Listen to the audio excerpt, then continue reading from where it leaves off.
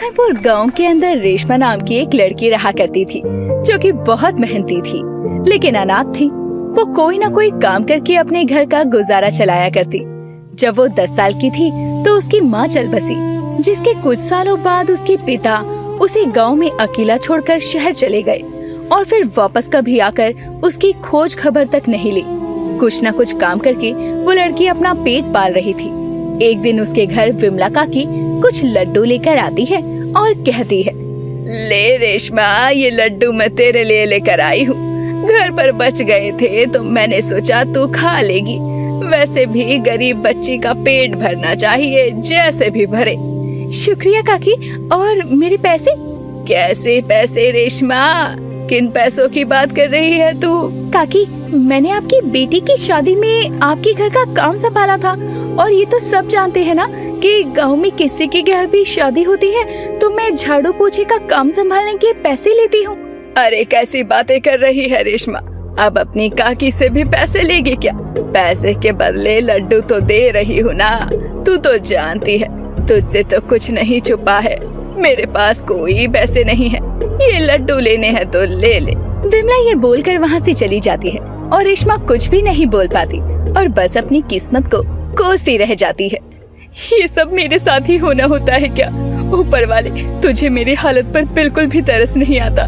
पहले तो तूने मेरी माँ मुझसे छीन ली और उसके बाद मेरा बाप भी मुझे छोड़कर चला गया और अब पड़ोसी दिए हैं तो वो भी ऐसे। रेशमा खुद ही गुस्सा कर खुद ही शांत हो जाती है और अपने गुजारे के लिए अब एक केशवलाल सेठ के खेत पर काम करने लगती है, जो कि उस पर बुरी नजर रखा करता था और अधेड़ उम्र का आदमी था। वो खेत में बीज बोती रेशमा को देखकर कहता है, सच कहूँ तो रेशमा, तुझे इतना काम करते देख मुझे बड़ा दुख होता है। अभी भी समझा रहा हूँ, ब्याह कर ले मुझसे, फिर हाथ में माटी और बीज की जगह नोटों की गड्डियाँ होंगी, गड्डियाँ, देख लेना। सेठ जी, आपने समाचार सुना?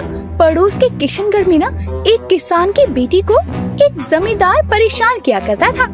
फिर ना एक दिन तंग आकर उस लड़की ने खुरपी से जमींदार की गर्दन ही धड़ से अलग कर दी। ये सुनकर केशव बहुत ज्यादा डर जाता है और सकपकाते हुए कहता है, वो सब झूठ है। तुम अपने काम पर ध्यान दो, ठीक है? वरना पगार काट लूंगा, समझी? केशव ये बोलकर वहाँ से चला जाता है। रेशमा मुस्कुराती हुई अपने काम करने लगती है। जब भी केशव सेठ उसे परेशान करता तो वो झूठी कहानियाँ सुनाने लगती और केशव मरने से बहुत डरता था। वो वहाँ से भाग जाया करता। दिन ऐसे ही गुजर रहे थे। रेशमा कुछ न कुछ काम कर अपना गुजारा किया करती। एक दिन वो खेत से घर जाते हुए एक जगह पर बहुत भीड़ देखती है और खुद से कहती है, अरे ये इस जगह पर इतनी भीड़ क्यों है? मुझे लगता है मुझे जाकर देखना चाहिए, आखिर यहाँ चल क्या रहा है।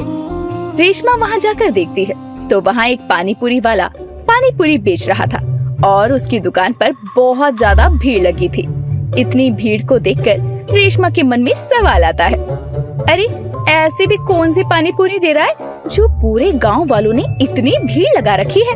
औरतें तो छोड़ो, आदमी भी दुकान पर खड़े होकर पानीपुरी खा रहे हैं। मुझे भी ये पानीपुरी खाकर देखनी चाहिए, आखिर ऐसा क्या है इसकी पानीपुरी में। रेशमा ये बोलकर अपनी जेब को टटोल कर देखती है तो उसके पास मात्र 10 रुपए थे। वो 10 रुपए का नोट देखकर खुद से ही बोलती है, एक काम करती हूँ, 10 रुपए की पानीपुरी खा लेती हूँ, आखिर पता तो चले कि इस पानीपुरी में ऐसा है क्या जो गांव वालों ने इसकी दुकान पर जमावड़ा लगा रखा है। रेशमा भी ये कहकर उस भीड़ में शामिल हो जाती है और पानीपुरी का इंतजार करने लगती है। लेकिन जैसे ही रेशमा का नंबर आता है तो पानीपुरी वाला मनोज कहता है, अरे माफ करना, पानीपुरी तो खत्म हो गई है। कोई बात नहीं, मैं फिर कभी यहाँ आऊँगा तो सबसे पहले तुम्हें ही पानीपुरी खिलाऊंगा, ठीक है? खत्म हो गई? ऐसे कैसे खत्म हो गई? अरे ऐसा भी क्या बेचते हो तुम पानीपुरी में मिलाकर जो पूरा गांव तुम्हारी पानीपुरी पर टूट रहा है? मैं तुम्हें ऐसे तो नहीं बता सकता। जब मैं अगली बार पानीपुरी दोबारा लेकर आऊंगा तब तुम खुद खाकर देख लेना, ठीक है?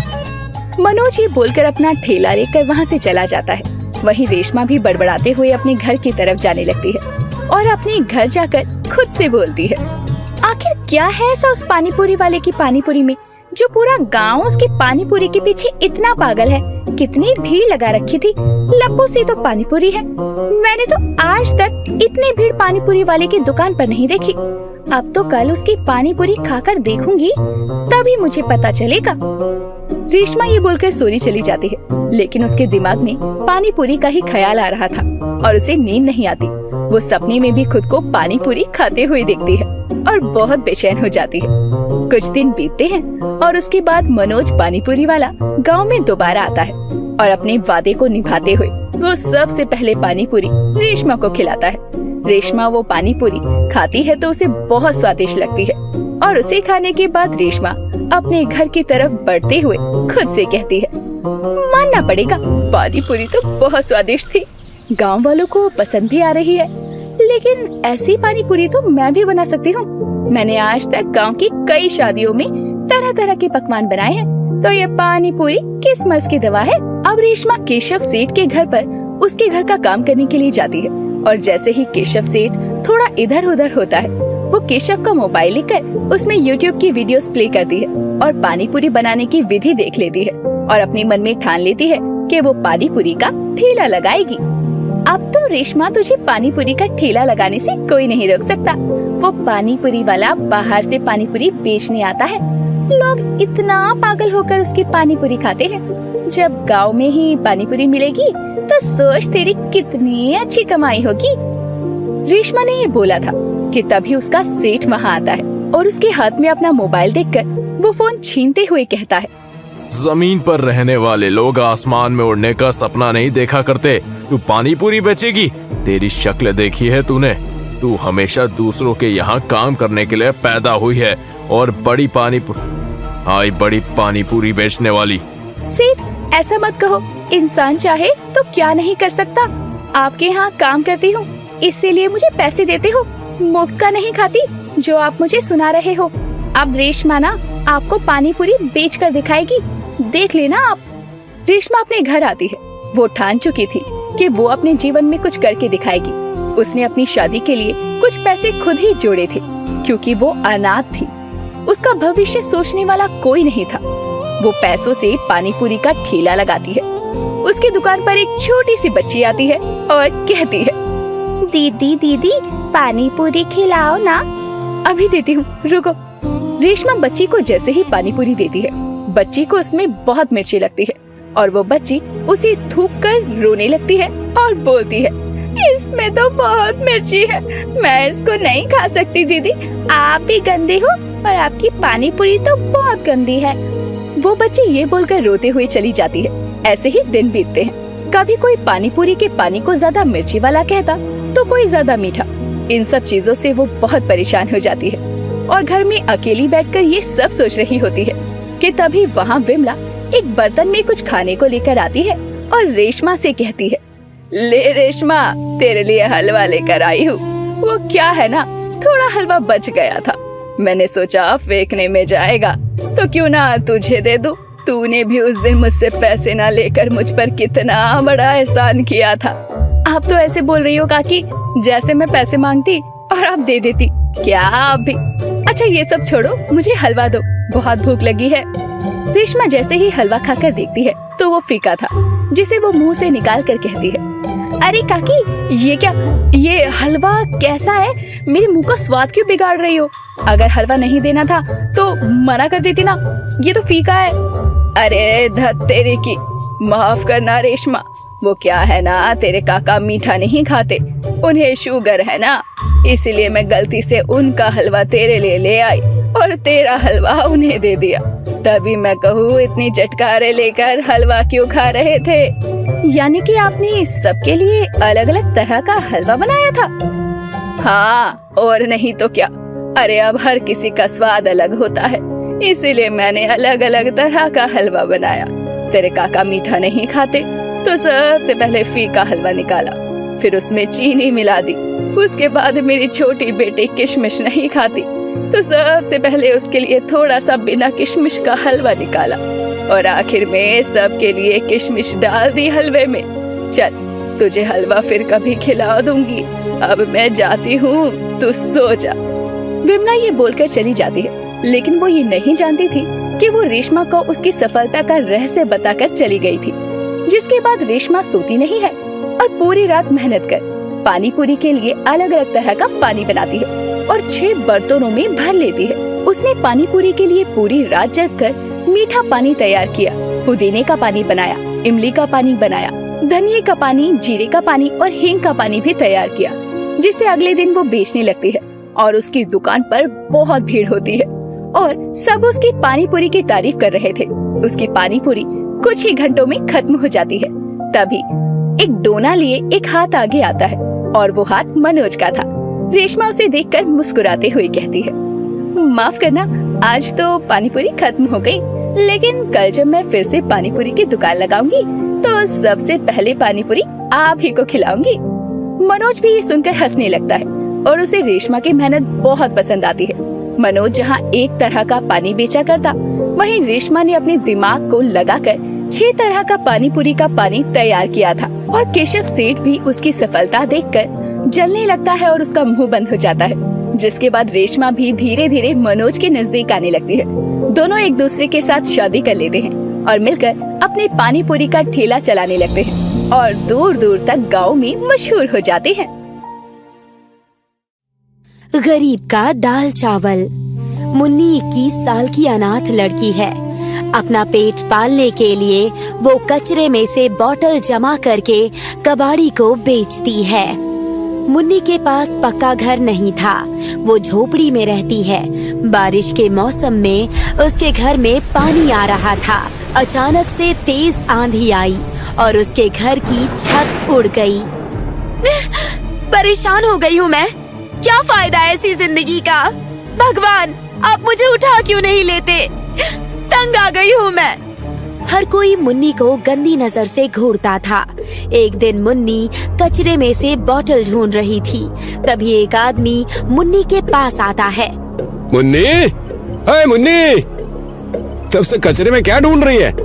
तुझसे मतलब, अपना काम कर तू। आए हाय, तीखी जबान। मेरे साथ मेरे घर चल, तुझे रानी बना के रखूंगा। वो आदमी गंदी नजर से मुन्नी को देखता है और फिर बातों बातों में मुन्नी का हाथ पकड़ के अपनी तरफ खींचता है। अगली बार अगर मेरा हाथ पकड़ा ना तो सबके सामने थप्पड़ मारूंगी तुझे। हरामजादे, भाग यहाँ से। बूढ़ी माँ अपने ढाबे से ये देख रही होती है। मुन्नी लड़की होके भी बिना डरे उस आदमी को थप्पड़ मार देती है। मुन्नी की हिम्मत देखकर बूढ़ी माँ उसके पास आती है। वाह बेटी, तुझ में तो बहुत हिम्मत है। अब वो आदमी अपनी पत्नी का भी हाथ पकड़ने से पहले सोचेगा। ऐसे लोगों के साथ ऐसा ही होना चाहिए माँ जी, कल पता नहीं क्या करेगा। हाँ बेटी, पर तू कचरा क्यों चुनती है? अनाथ हूँ ना मैं, अपना गुजारा करने के लिए ये सब करना पड़ता है मुझे, और इसी बात का फायदा ये लोग उठाते हैं। राह चलते छेड़ना, बुरी नजर से देखना। अगर मेरा भी परिवार होता तो ऐसा नहीं होता मेरे साथ। मेरी भी कोई औलाद नहीं है, अब से तू यहीं मेरे साथ रहेगी, एक परिवार की तरह। क्या सच में? हाँ, अब से ये ढाबा जितना मेरा उतना ही तेरा है। मुन्नी बूढ़ी माँ के साथ उन्हीं के ढाबे पे रहने लगी। हर दिन ढाबे की साफ सफाई, झाड़ू पोछा और खाना बनाने में बूढ़ी माँ की मदद करती थी वो। क्या खुशबू आ रही है। क्या फायदा ऐसी खुशबू का जब लोग खाना खाने आते ही नहीं हैं। सब लोग उस बड़े होटल में खाना खाने जाते हैं, इस ढाबे में तो कोई भी आता ही नहीं है। बूढ़ी माँ, सब आएंगे। वो कैसे? शायद लोग बोर हो गए हैं वही दाल चावल खा खा कर, इसीलिए कोई नहीं आ रहा है। मुझे तो ज्यादा कुछ बनाना भी नहीं आता, तुझे आता है? हाँ, अब से खाना मैं बनाऊंगी। मुन्नी ने दाल चावल की जगह खट्टी दाल और मिर्च वाले चावल बनाए। मुन्नी के खाने की खुशबू बाहर तक आ रही थी। खुशबू इतनी अच्छी थी कि बूढ़ी माँ से रहा नहीं गया और वो एक प्लेट में खाना परोसकर खाने लगी। अरे वाह मुन्नी, क्या दाल चावल है, मुझसे तो रहा नहीं जा रहा है, थोड़े और दे देना। हाँ हाँ, अभी देती हूँ। ऐसे ही घूमते घूमते 4-5 लोगों का ग्रुप उनके ढाबे पर आता है। कहिए, क्या दूं? यहाँ का स्पेशल खाना क्या है वो दे। थोड़ी जल्दी दे, पेट में चूहे दौड़ रहे हैं। अभी तो खट्टी दाल और मिर्च वाले चावल हैं। जो भी है जल्दी दे दो। मुन्नी ने उन्हें खट्टी दाल और मिर्च वाले चावल दिए। सब लोग बड़े चाव से खाना खाने लगे, जैसे कई दिनों के भूखे हो। उन्होंने दोबारा खट्टी दाल और मिर्च वाले चावल मंगवाए। इस खाने के सामने तो बड़े बड़े होटल का खाना भी फेल है। अब से मैं यही खाना खाने आऊंगा। हाँ, मैं भी। दोनों बहुत खुश होते हैं। तुम्हारी वजह से मेरा ढाबा फिर से चल पड़ा है बेटी। धीरे धीरे उनके ढाबे पर लोगों की भीड़ बढ़ती गई। लोग दूर दूर से खट्टी दाल और मिर्च वाले चावल खाने आने लगे। क्या स्वाद है, मजा आ गया। लोगों की बढ़ती भीड़ के साथ मुन्नी का काम भी बढ़ गया।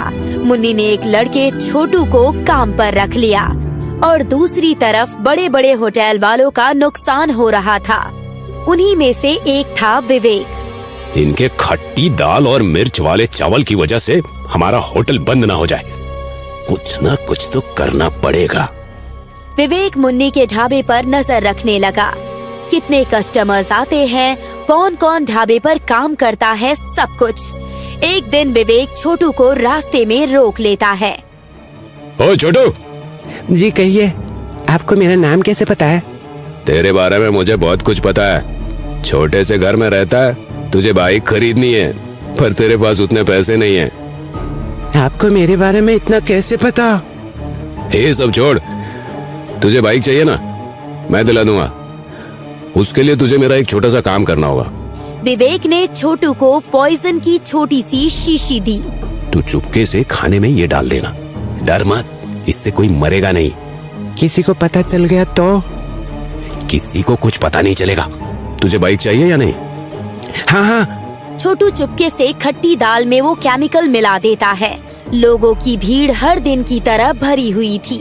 सब लोग जहर वाला खाना खा लेते हैं। खाना खाने के थोड़ी देर बाद लोगों की तबीयत खराब होने लगती है।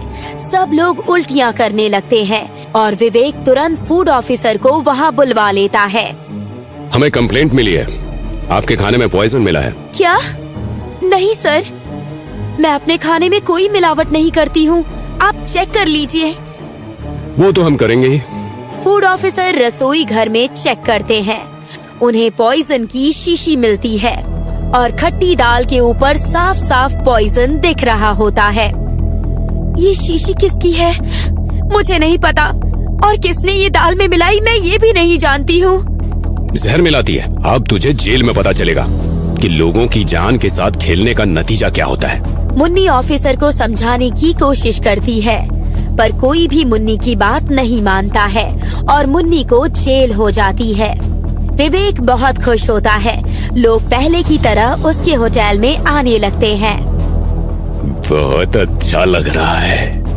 इतने दिनों बाद फिर से इतने लोगों की भीड़ देख के अब भगवान जाने अब मुन्नी की क्या हालत होगी। विवेक छोटू को एक महंगी बाइक दिला देता है।